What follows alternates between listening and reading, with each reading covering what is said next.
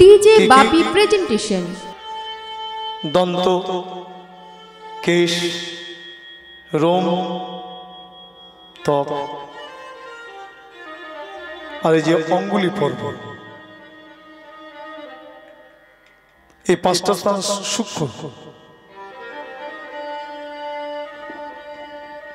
সপ্ত রক্তম, সাতটা স্থানে রক্তবর্ণ দেখা যাবে লাল। এক হচ্ছে নেত্র প্রান্ত, যিনি মহাপুরুষ হবে, এই যে টানা নয়ন আর নয়নের এই যে প্রান্তেতে লাল থাকবে, নেত্র প্রান্ত, করতল, পদতল, জিহ্বা, অষ্টদ্বয়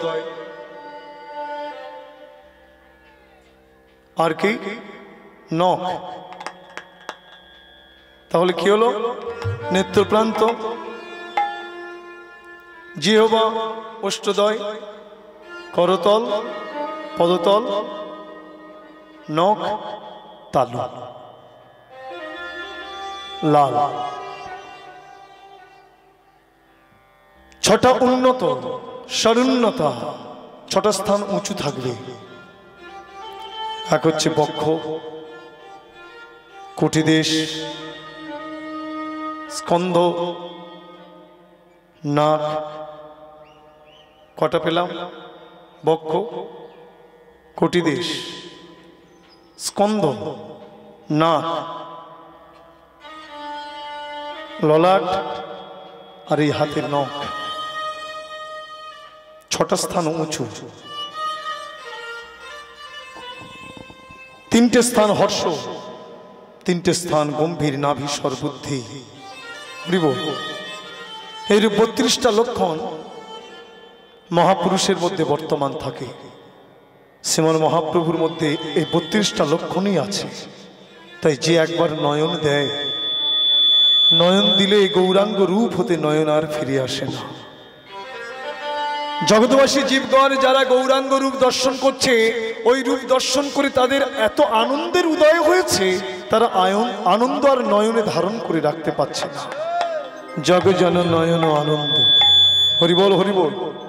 সেই গৌরাঙ্গ মূরতি কেমন মূরতি? পীরিতি মূরতি কিয়ে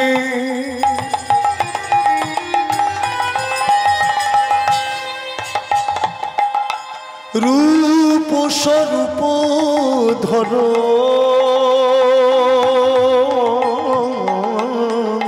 পীরিতি মূরতি কিয়ে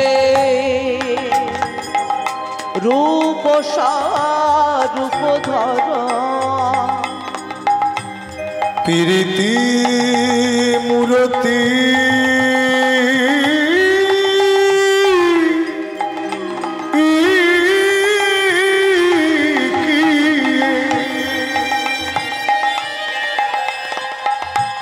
রূপ স্বরূপ ধর। পীরিতি মূরতি কিয়ে রূপ স্বরূপ ধর, ওই ছন প্রতি অঙ্গ বন্ধ, ওই ছন প্রতি অঙ্গ বন্ধ,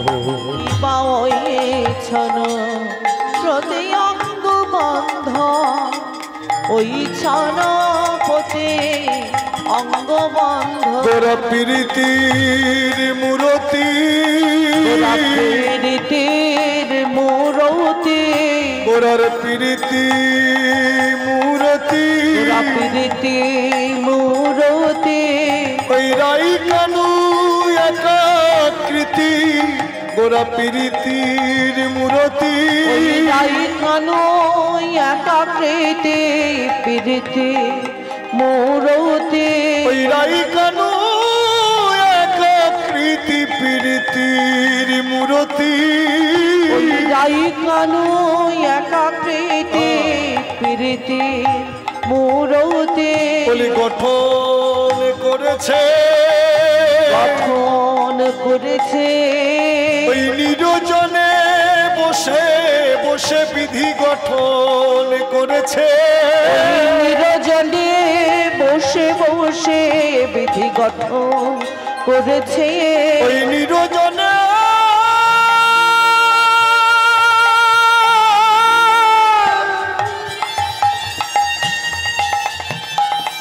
নিরজনে বসে বসে বিধি গঠন করেছে, নিরজনে বসে বসে গঠন করেছে। বলি গণেশ তো দেখে না, গণেশ তো দেখে না, বিধি গণেশ তো দেখে না, গণেশ তো দেখে না, বিধি নির্মাণ করেছে বটে, গণেশ তো দেখে না, বিধি নির্মাণ করেছে বটে, আমার প্রাণ গৌরী মূরতি, গণেশ তো দেখে না, ওই আমার গৌর মূরতি, গণেশ তো দেখে না, বিধি গণেশ তো দেখে না। হরি বল হরি বল। বিধাতা গঠন করেছে আমার গৌরাঙ্গ মূরতি কেমন করে? প্রীতি দিয়ে। আমার গৌরাঙ্গের রূপটাই হচ্ছে প্রীতি দিয়ে গড়া। দেখুন বাবা, যদি চিনি দিয়ে কেউ পুতুল তৈরি করে, মূরতি তৈরি করে, সেই চিনির মূরতির যদি চরণে জিহ্বা দেওয়া যায় কি লাগবে? মিষ্টি লাগবে। আবার যদি হৃদয়ে জিহ্বা দেওয়া যায় সেখানেও মিষ্টি লাগবে। যদি তার মস্তকে জিহ্বা দেওয়া যায় সেখানেও মিষ্টি লাগবে। কেন?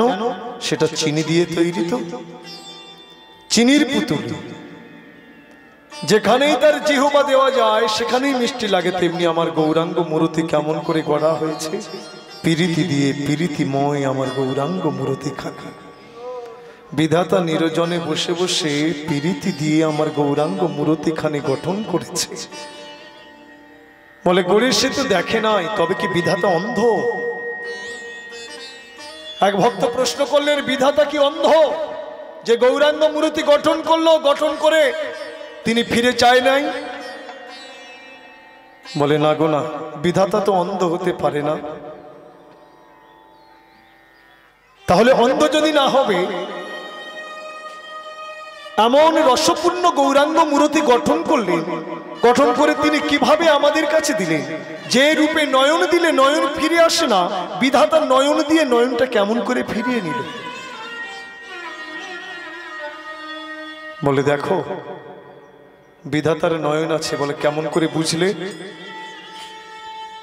বলে একজন অন্ধ মানুষ সে একটা মূর্তি গঠন করতে পারে। অন্ধ মানুষ একটা মনে দিয়ে, মনের ছবি এঁকে সে একটা মূর্তি গঠন করতে পারে, কিন্তু এমন রসপূর্ণ গৌরাঙ্গ মূর্তি কখনো সে গঠন করতে পারবে না। বিধাতা যে মূর্তি গঠন করেছে, এমন রসপূর্ণ গৌরাঙ্গ মূর্তি একজন অন্ধ মানুষ কখনো গঠন করতে পারে না। এর থেকে বোঝা যায় যে বিধাতার নয়ন আছে। বলি যাদের নয়ন থেকে থাকে, তাহলে বিধাতা কেন নয়ন দিল না? রাধে রাধে, হরিবোল হরিবোল। বলে নয়ন কেন দিল না জানো? বিধাতার যে নয়ন, এই নয়নে গৌরাঙ্গ রূপ দর্শন হয় না। গৌরাঙ্গ রূপ দর্শন করতে গেলে চাই বেদ বিধি পারের নয়ন। আর সেই নয়নটা দিতে পারে কে? একমাত্র পরম করুণ শ্রী গুরুদেব। গুরুদেব ব্যতীত এই নয়নটা কেউ দিতে পারে না। যে নয়নে গৌরাঙ্গ রূপ দর্শন হয়, রাধে রাধে, বিধি মার্গের নয়নে গৌরাঙ্গ রূপ দর্শন হয় না। চাই বেদ বিধি পারের নয়ন। আমি মানুষকুলে জন্ম নিয়েছি, আমি উচ্চশিক্ষায় শিক্ষিত হয়ে আমি অন্ধসম হয়ে জগতে বিচরণ করছি। একবার ভেবে দেখুন তো, মানুষের যদি হৃদয়ে অহংকার থাকে, অহংকারে সে যদি অন্ধ হয়, ওই অন্ধ নয়নে কি গৌরাঙ্গ রূপ দর্শন হয়? হয় না। আসার সময় দেখলাম বারাসাতে একটা মেলা বসেছে। ওই মেলাতে এক জন্ম অন্ধ লাঠির উপরে ভর দিতে দিতে এগিয়ে চলেছে। অনেক দোকান বসেছে, তো এক একটা দোকানের সম্মুখে দাঁড়িয়ে জিজ্ঞাসা করছে, ও ভাই তোমার এটা কিসের দোকান গো? দোকানি বললেন, আমার এটা মিষ্টির দোকান। বলে, কি মিষ্টি পাওয়া যায়? রসগোল্লা পাওয়া যায়, রাজভোগ পাওয়া যায়, কালাকাঁদ পাওয়া যায়, সরভাজা পাওয়া যায়, সরপুরিয়া পাওয়া যায়, ক্ষীরকদম পাওয়া যায়, দই পাওয়া যায়। বলো, আর একটু এগিয়ে গেলেন, দোকানের সম্মুখে দাঁড়িয়ে বলছো, দোকানে তোমার এই দোকানে কি পাওয়া যায়? বলে, আমার এই দোকান? হ্যাঁ, তোমার দোকানের কি নাম গো? বলে, আমার দোকানের নাম হলো পুতুলের দোকান। এই পুতুলের দোকানে কি কি পুতুল পাওয়া যায়? বলে, রাম পাওয়া যায়, সীতা পাওয়া যায়, লক্ষ্মণ পাওয়া যায়, আর কি পাওয়া যায়? হনুমান পাওয়া যায়, নিতাই গৌর পাওয়া যায়, রাধা কৃষ্ণ পাওয়া যায়। কত নাম বলবো। আর একটু এগিয়ে গিয়ে দোকানের সম্মুখে দাঁড়িয়ে জিজ্ঞাসা করলেন, ও দোকানি, তোমার এটা কিসের দোকান? ওই দোকানি বললেন, আমার দোকানের নাম হলো মনোহারি দোকান। বাহ, তোমার এটা মনোহারি দোকান? কি পাওয়া যায় তোমার দোকানে যে মানুষের মনকে হরণ করে? বলে, আমার দোকানে আলতা পাওয়া যায়, স্নো পাওয়া যায়, লিপস্টিক পাওয়া যায়, আর কি পাওয়া যায়? চুড়ি পাওয়া যায়, আর কি পাওয়া যায়? নুপুর পাওয়া যায়, গলার হার পাওয়া যায়, সিঁদুর পাওয়া যায়, আর কি পাওয়া যায়? বলে, চিরুনি পাওয়া যায়, আর কি পাওয়া যায়? আয়না পাওয়া যায়। যেই না বলেছে আয়না পাওয়া যায়, অন্ধ প্রশ্ন করলে, হে দোকানি, তুমি যে বললে তোমার দোকানে আয়না পাওয়া যায়, বলো তো আয়না দিয়ে কি হয়? বলে, আয়নার মধ্যে নিজের রূপ দেখা যায়। অন্ধ তখন মনে মনে ভাবছে, আমি তো জন্ম অন্ধ, আমার রূপটা কেমন আমি তো কোনোদিন দেখিনি। এই দোকানি বলল যে দর্পণ মাঝে নাকি নিজের রূপ দেখা যায়। যদি আমি একটা আয়না ক্রয় করতে পারি, ওই আয়নার মধ্যে আমি নিজের রূপটাকে দেখব, আমি কেমন। হরিবোল হরিবোল। অন্ধ কি করলেন? ভিক্ষার পয়সা দিয়ে সুন্দর একটা আয়না ক্রয় করলেন। ওই আয়নার মধ্যে নিজের রূপ দেখবার জন্য মনের আনন্দে দোকানের পাশে সে অন্ধ ধীরে ধীরে বদনের সম্মুখে আয়নাটি ধরেছে, শত শতবার চেষ্টা করছে, কিন্তু অন্ধ ওই দর্পণ মাঝে রূপ দর্শন করতে পারছে না। কেন? সে তো জন্ম অন্ধ। জয়নিতাই, তেমনি এই জগতে যারা বিদ্যার অভিমানে অহংকারে অন্ধ হয়ে আছে, ওই বিধি মার্গের নয়ন দিয়ে আমার গৌরাঙ্গ রূপ দর্শন হয় না। গৌরাঙ্গ রূপ দর্শন করতে গেলে চাই বেদ বিধি পারের নয়ন, আর এই নয়নটা দিতে পারে একমাত্র পরম করুণ শ্রী গুরুদেব। নিতাই গৌর হরিবোল হরিবোল। জয় শ্রী রাধে, হরিবোল হরিবোল। তাই গৌরাঙ্গ মূরতি কেমন? প্রীতি মূরতি কিয়ে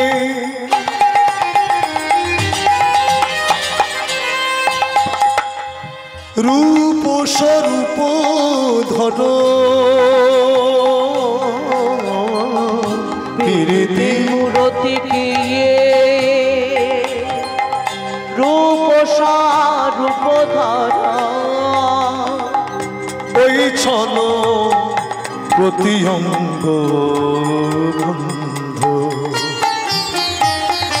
ওই ছন প্রতি অঙ্গ বন্ধ, দেবা ওই ছন প্রতি অঙ্গ বন্ধ, ওই ছন প্রতি অঙ্গ বন্ধ। আজ নবদ্বীপ চন্দ্র, আজকে নবদ্বীপ চন্দ্র, আজ নবদ্বীপ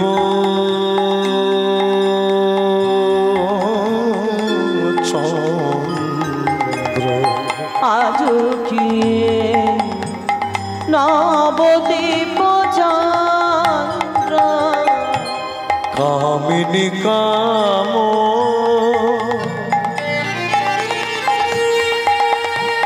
কলিত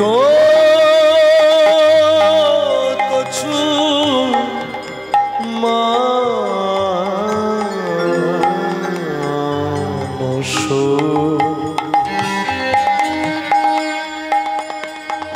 গতিয়তি গজজিনী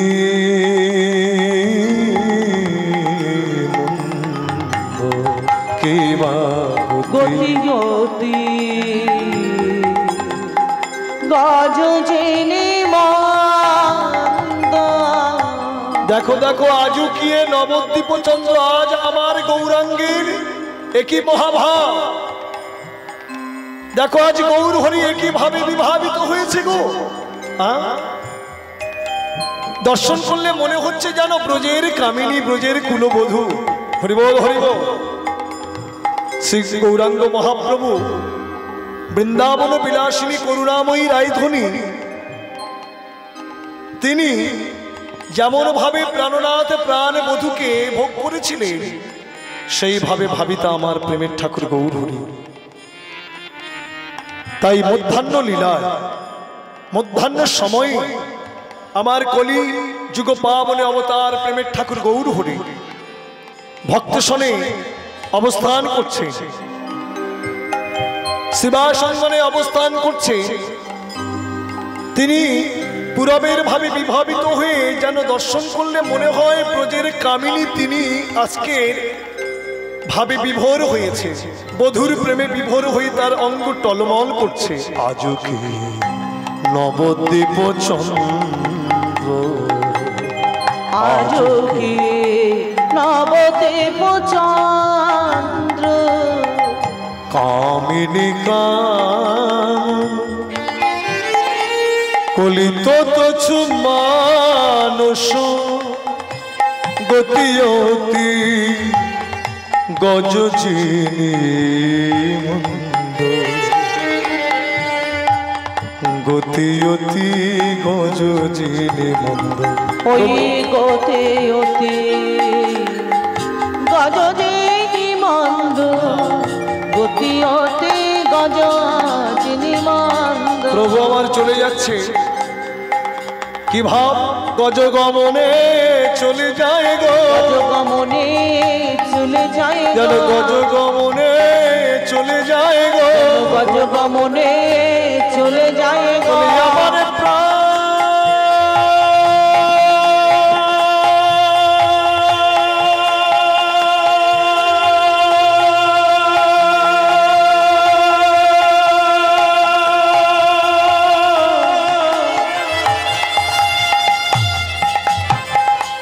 আমার প্রাণ গৌরী ঘটি, দেখো গজ গমনে চলে যায় গো। ওই আমার প্রাণ গৌর হরে যেন গজ গমনে চলে যায় গো। আমার প্রাণ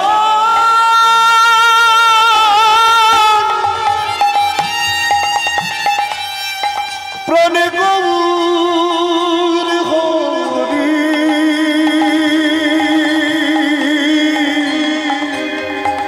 যেন গজ গমনে চলে যায় গো। ওই আমার প্রাণ গৌর হরে যেন গজ গমনে চলে যায় গো। বলি আমার প্রাণ গৌর হরি, যেন গজ গমনে চলে যায় গো। শ্রীকৃষ্ণ চৈতন্য মহাপ্রভু প্রেমের ঠাকুর গৌর হরি আজ পূরবের ভাবে বিভাবিত হয়েছে। গজগমনে তিনি চলেছেন, যেন তিনি প্রাণনাথ প্রাণবধূ দর্শনে চলেছে। হরিবল হরিবল। বৈষ্ণব কবি দর্শন করে বলছে যেন গজগমনে চলে যায়। বাবা, গজ অর্থাৎ হাতি যেভাবে গমন করে, শ্রীমন মহাপ্রভু তিনি যেন বধূ দর্শনে চলেছে, কুলের মূলটাকে উপড়ায় ফেলে মত্ত হস্তি যখন চলে যায়, সম্মুখে যদি কোনো বৃক্ষ থাকে সব কিছু উপড়ায় ফেলে চলে যায়। তা তিনি প্রাণনাথ প্রাণবধূ দর্শনে চলেছে, যেন কুলের মূলটাকে উপড়ায় ফেলে, লজ্জার মূলটাকে উপড়ায় ফেলে প্রাণনাথ প্রাণবধূ দর্শনে চলেছে। যেন গজ গমনে চলে যায় গো, যেন গজ গমনে চলে যায় গো। আমার প্রাণ গৌর হরি গজ গমনে চলে যায় গো। আমার প্রাণ গৌর হরে গজ মন চলে যায় গো। ও ভাবে বিভোরায় আমার প্রাণ গোড়া,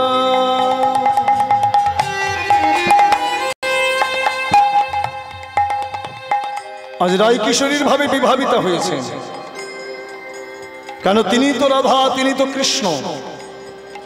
শ্রীধাম নবদ্বীপে যখন শিবা সঙ্গনে তিনি লীলা প্রকাশ করেছেন, কখনো রায় কিশোরীর ভাবে বিভাবিতা, কখনো কৃষ্ণ ভাবে বিভাবিত।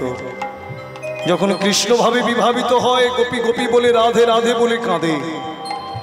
আর যখন রায় কিশোরীর ভাবে বিভাবিতা হয়, তখন কৃষ্ণ কৃষ্ণ দেখা দাও বলে কাঁদে। জয়নিতাই, কলিহত জীবের মঙ্গলের জন্য ভগবান এই ধরাধামে এসে নিজে আস্বাদন করছে, আর আমাদের মতো প্রতি জীবগণকে আস্বাদন করাচ্ছে। এমন যে রাধা গোবিন্দের উন্নত উজ্জ্বল রস আমাদের ভোগ করার অধিকার ছিল না যদি গৌরাঙ্গ মহাপ্রভু না আসতে। কেন? আমরা সংসারী জীব, তো এই সংসারের বিষয়ে বাসনারূপ লবণ খেতে খেতে মুখটা একেবারে বিষিয়ে গেছে। এই যে রাধা গোবিন্দের লীলা কথামৃত, এই যে অমৃত আমরা আস্বাদন করছি, আমাদের অনুভব নেই। একটা গল্প আছে না, পাশাপাশি দুটো পাহাড়, একটা চিনির পাহাড় আর একটা লবণের পাহাড়। চিনির পাহাড়ে কারা থাকে? পিঁপড়ের দল। কি খায় তারা? চিনি খায়, চিনি খেয়ে জীবন ধারণ করে। হরি বল, হরি বল। তা চিনি খেতে খেতে একদিন ওই চিনির পাহাড়ে পিঁপড়ের দল ওই পাহাড়ের চরম শিখরে পৌঁছে গেলেন, অনেক উঁচুতে উঠে গেছে।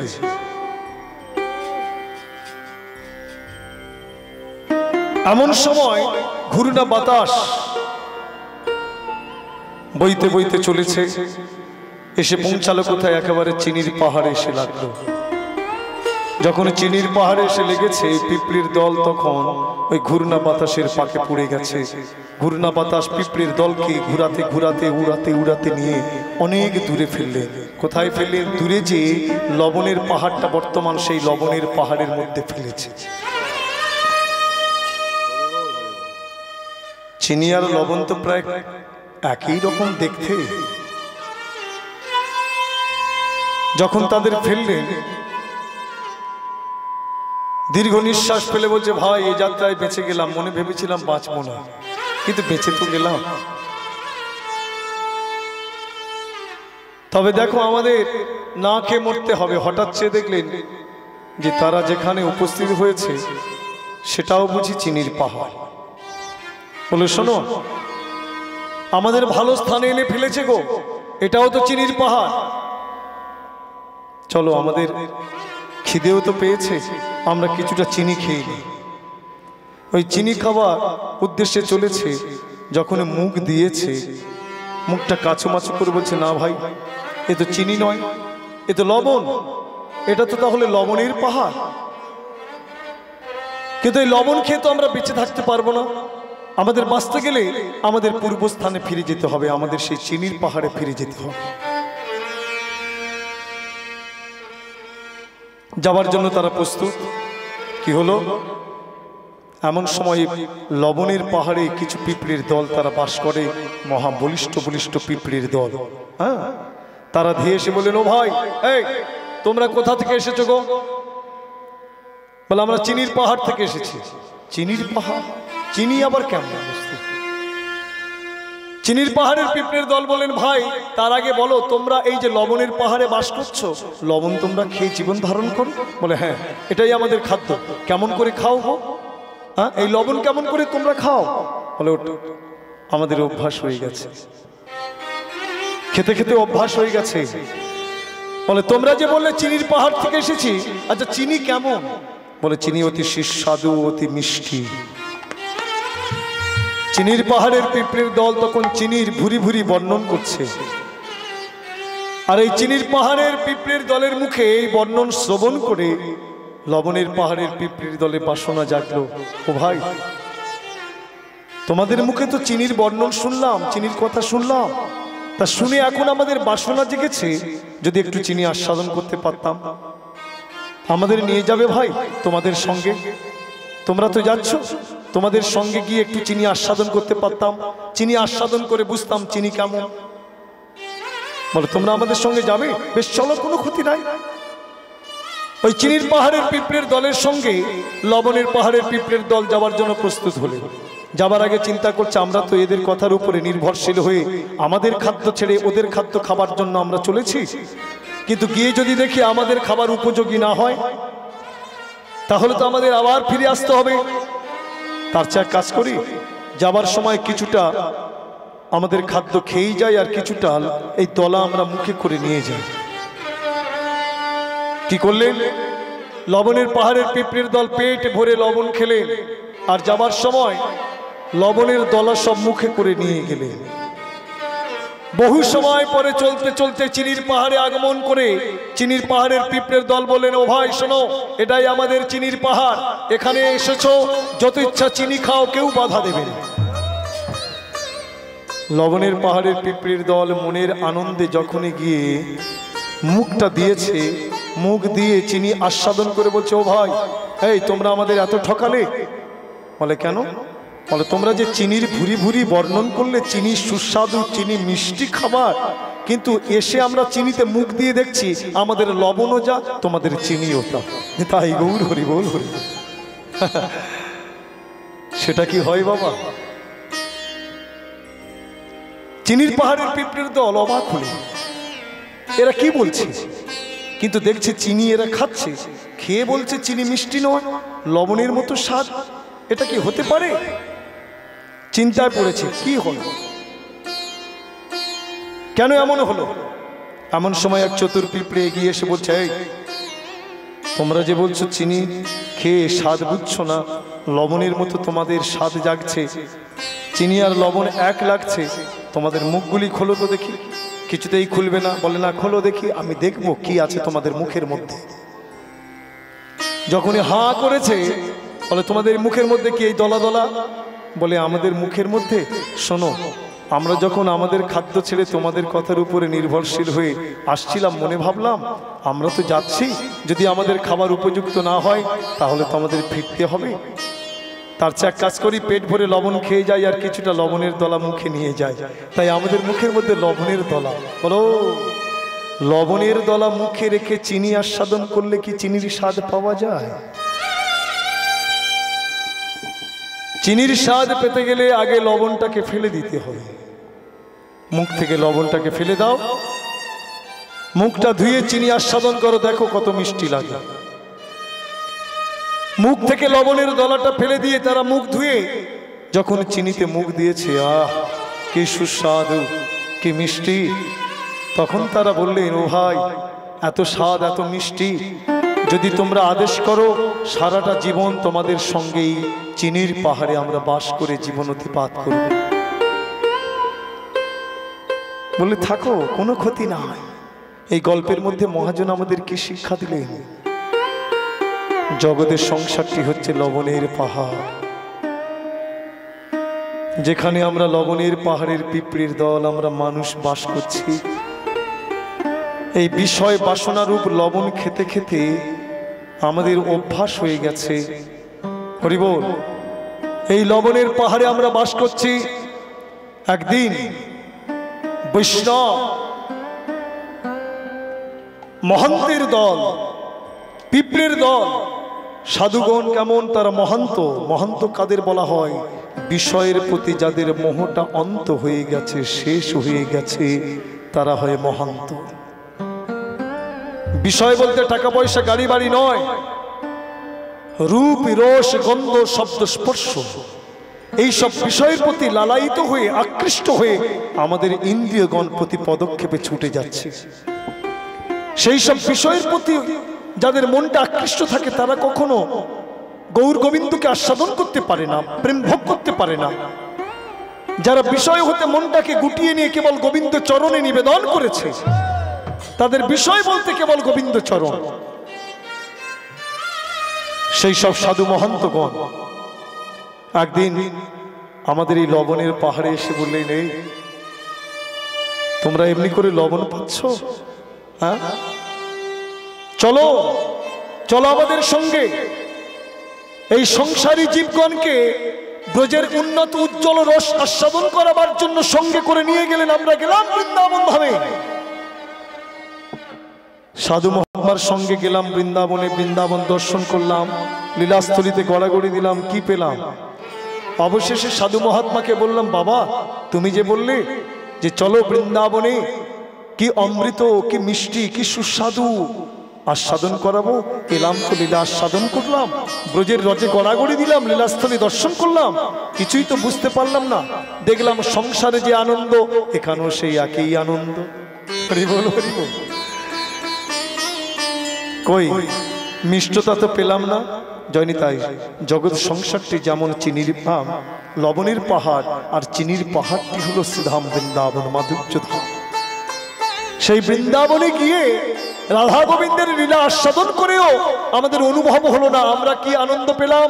সংসারে যে আনন্দ, সেই আনন্দ যেন বৃন্দাবনে পেলাম। তখন সাধু মহাত্মা বললেন, ওরে বিষয় বাসনারূপ লবণের দলা মুখে রেখে দিয়ে যদি রাধা গোবিন্দের উন্নত উজ্জ্বল রস ভোগ করতে চাও, তাহলে কি ভোগ হয়? আগে বিষয় বাসনারূপ লবণটাকে মুখ থেকে ফেলে দাও, হা রাধে বলে নয়নের জল সার করে তুমি প্রেম ভোগ করো, তাহলে দেখবে কত মিষ্টি, কত সুস্বাদু। নিতাই গৌর হরি বল, হরি।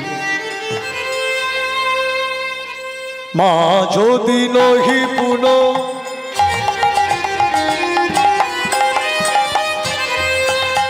আমার গোরা গোরা গো,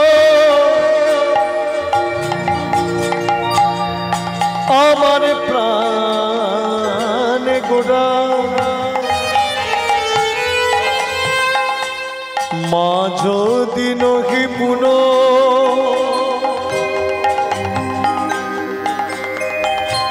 বসনে আবৃত তনু, মা যদি নহি পুন বসনে আবৃত তনু। রাধে রাধে। মধ্যাহ্নকালীন লীলা তো স্মরণ করছে। দেখুন ওইটা একটু বাড়িয়ে দেবো। জয় শ্রী রাধে রাধে। কম হয়ে যাচ্ছে। জয় শ্রী রাধে রাধে। দেখুন যারা উত্তর ভারতের রমণী, তারা কিন্তু আমাদের মতো এই বাম দিক দিয়ে ঘোমটাটি টানে না, তারা দক্ষিণ দিকে ঘোমটাটি টানে। শ্রীমান মহাপ্রভু কি করলেন? মা যদি নহি পূর্ণ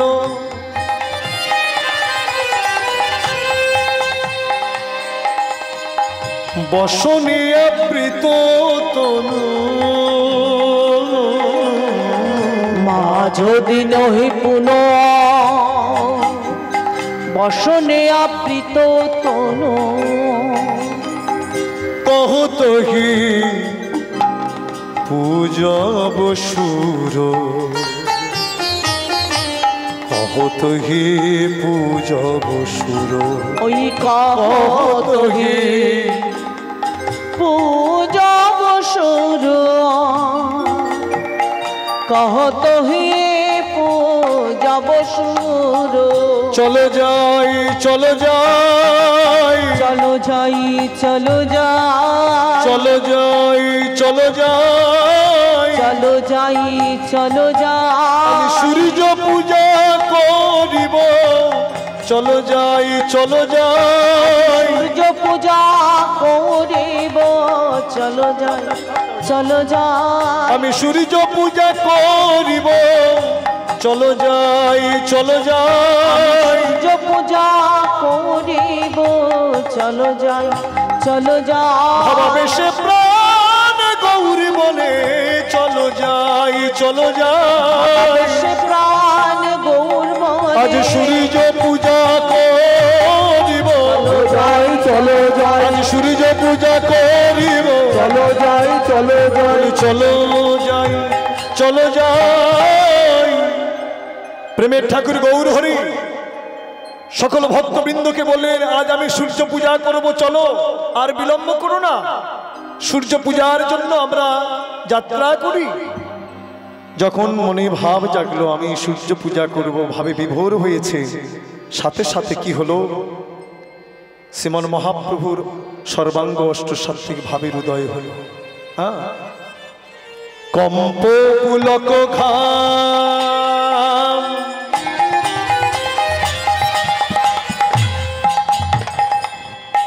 প্রভুরি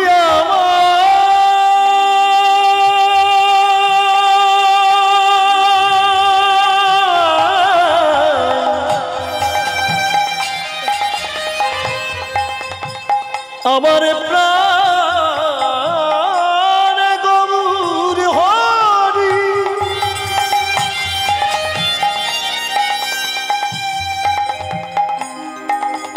সর্বাঙ্গ ভাবের উদয়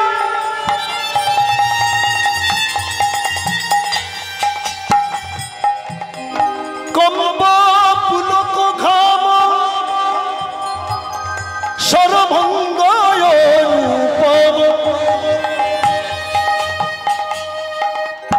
যখন তিনি মনে ভাবলেন যে আজকে আমি সূর্য পূজা করব, ভাবার সাথে সাথে ভাবে বিভোর হয়ে গেছে, আর সাথে সাথে সর্বাঙ্গ কম্পমান থরথর করে কাঁপছে। হরিবল, এমন দাঁত ঠক ঠক করে নড়ছে, মনে হয় যেন এখনই দাঁতগুলি খসে পড়বে। আবার কখনো পুলক, সর্বাঙ্গ পুলকিত হয়েছে, প্রত্যেকটা লোমকূপ মনে হচ্ছে যেন শিমুলের কাঁটার মতো ফুলে উঠেছে। হরিবল হরিবল। কম্প পুলক ও ঘাম ঝরঝর করে শ্বেত বিন্দু ঝরছে। সর্বঙ্গ বলতে পারছে না আমি প্রাণনাথ প্রাণ বধুর দর্শনে যাব। গদগদ ভাবে তার এই কণ্ঠ রোধ হয়ে গেছে, সর্বভঙ্গ হয়ে গেছে। কম্প পুলক ঘাম সর্বভঙ্গ অনুপম নয়নহি জল পরিপূর নয়নহি জল পরিপূর ওই নয়নহি জলে পরিপূর নয়নহি জলে পরিপূর বলে নয়ন ধারায় বুক ভেসে যায়, নয়ন ধারায় বুক ভেসে যায়, প্রভুর নয়ন ধারায় বুক ভেসে যায়, নয়ন ধারায় বুক ভেসে যায়। ভাবে ভাবে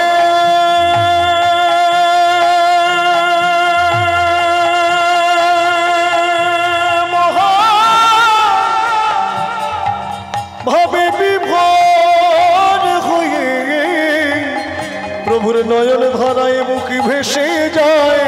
ওই ভাবে ভাবে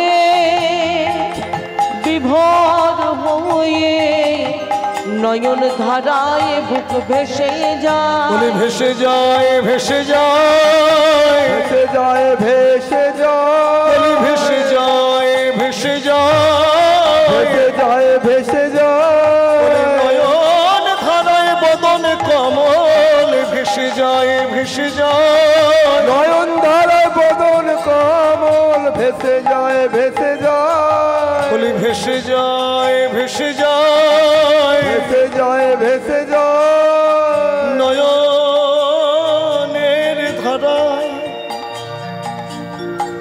ওই নাভি কমল আজ ভেসে যায় ভেসে যায়, ওই নয়ন ধারায় আজ নাভি কমল ভেসে যায় ভেসে যায়, ওই নয়ন ধারায় প্রভুর নাভি কমল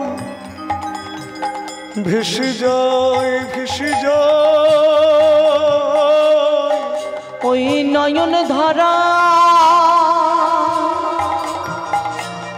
প্রভুর নাভি কোমল আজ ভেসে যায় ভেসে যায়, বলে ভেসে যায় ভেসে যায়, ভেসে যায় ভেসে যায় ওই প্রভুর দুটি চরণ কমল নয়ন ধারায় ভেসে যায় ভেসে যায় ওই প্রভুর দুটি চরণ কমল ভেসে যায় প্রভুর দুটি চরণ কমল